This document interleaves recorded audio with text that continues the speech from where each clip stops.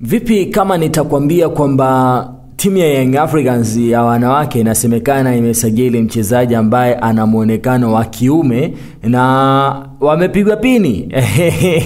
Wamepigwa pini, wameandikiwa barua bwana wewe mchezaji asicheze. Kwa nini nimekuambia hivyo? Kupitia Jemedari Saidi amesema taarifa ambazo hazijathibitishwa zinasema timu TFF imewaandikia Yanga Princess barua ya kuacha kumtumia mshambuliaji wao kutoka Rwanda Jenny Mokanda Yesenga ambaye inasemekana na maumbile ya kiume lakini amekuwa akitumika kwenye ligi kuu ya wanawake.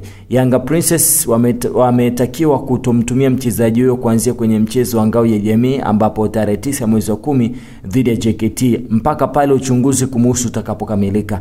Inasemekana kuna ushuhuda kutoka kwa watu waliowahi kushiriki naye tendo la ndoa kuhusiana na uwepo wa muonekano mkubwa wa maumbile yake kutokuwa ya kike au vinginevyo.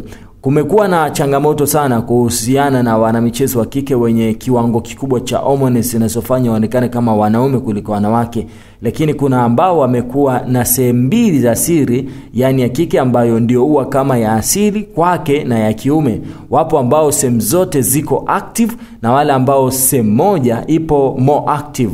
Mambo ya homoni na maumbile yamewasumbua sana Badra Banda wa Zambia ambaye ni mcheza kandanda, Kesta Semenya wa Afrika Kusini ambaye ni mwanariadha.